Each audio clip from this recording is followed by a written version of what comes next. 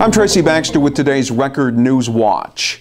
Tough talk at Newburgh City Hall earlier today, where Mayor Judy Kennedy was responding to criticism that she and members of the City Council have been soft when it comes to responding to street violence and criminal activity. During a morning news conference, Kennedy praised the city's police department's handling of two recent outdoor gatherings that turned violent and disorderly. Her message to the community: future acts of violence won't be tolerated. I have a fairly long fuse when it comes to getting angry, but this week I have reached the end of that fuse. I have been willing to be reasonable and willing to negotiate through conflict, and I think I've tried to be fair and evaluate both sides. Some people have misperceived my patience as being soft and indecisive, but now I am really angry. Really angry. I will not stand by and tolerate blatant attacks on our fire and police departments by an out-of-control mob that believes it is above the law. Tensions have remained high in Newburgh's inner city since March, when Michael Lebhart was shot and killed by police officers. A grand jury would later conclude the police actions were justified. Mayor Kennedy says the resulting disturbances continue to stand in the way of progress and are hindering attempts to bring badly needed business and jobs to Newburgh. We cannot bring new companies into this city, create new jobs, which everybody is crying for, when they read on the news that there is disrest and that there's rioting. And that's how they say it. You have no idea how many emails I have received over this week about this. And therefore, I'm asking here and now for every person in this audience to pledge that they will work for us to come together in a peaceful way to resolve all these issues that are out here. And while the mayor and council members urge community members to help them find solutions to the problems that have divided the city, outside City Hall today, those representing the Lebhart family made it clear they're not ready to move forward and put the fatal shooting behind them. People are upset because it's been 4 months and it hasn't gone under the rug yet. Well, my friends, let me tell you that this community is not going to allow this time to be swept under the rug. We will not accept going back to business as usual, and we will demand that true reforms take place in the city of Newburgh. Council members say a series of community meetings will be scheduled in hopes of getting all segments of the Newburgh community together as a way to help ease continuing tensions between police and some of the city's residents. In Sullivan County, fire early this afternoon destroyed a section of a home at Lake Joseph Estates near Monticello.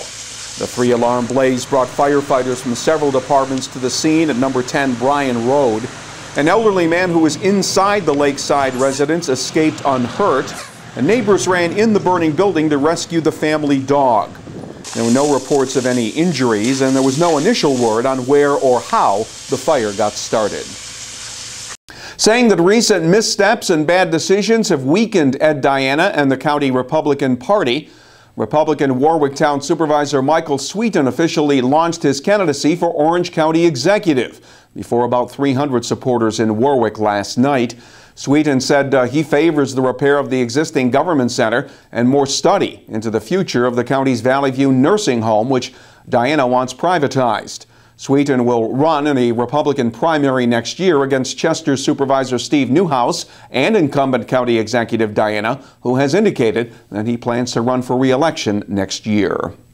A push to consolidate was completed last night in the Kingston School District as board members voted unanimously to close down 3 elementary schools at the end of this coming school year: Xena Elementary in Woodstock, Sophie Finn in Kingston, and Anna Devine in Rifton.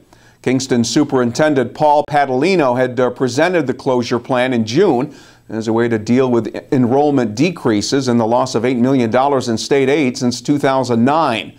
The decision leaves Kingston with 7 elementary schools as of September 2013. Mahar Elementary closed at the end of this past school year. On the local crime front, a Port Jervis woman was sentenced to up to 6 years in prison for dealing heroin to undercover police officers in Westfall Township, Pennsylvania.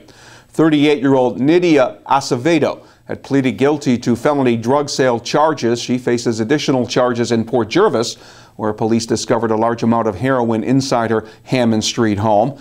Meantime, in Middletown, city police rounded up 15 men on charges of patronizing a prostitute during a sting operation conducted Thursday. Police officials say it's part of their overall effort to crack down on quality of life crimes in the downtown area.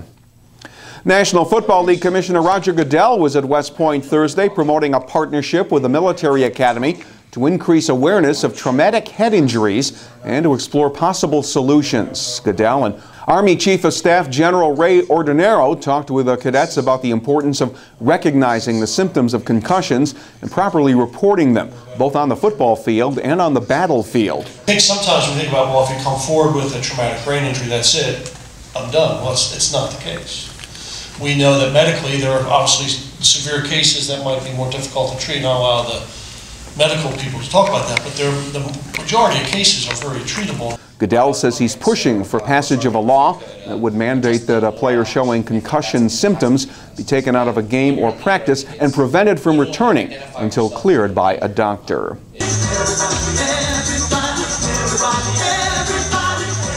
And hundreds of people kicked off the holiday weekend last night at Wurtsboro Airport, the scene of what organizers call the biggest dance party of the summer.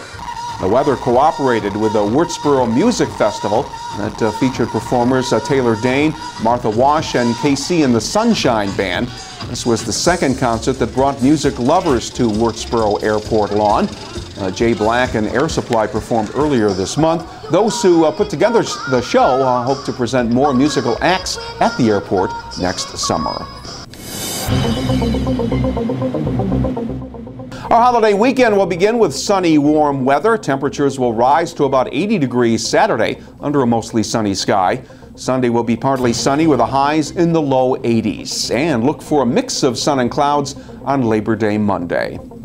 You'll stay connected to what's happening in your community when you read the Times-Herald Record and keep clicking back here at Record Online to stay on top of breaking news. For Record Newswatch, I'm Tracy Baxter.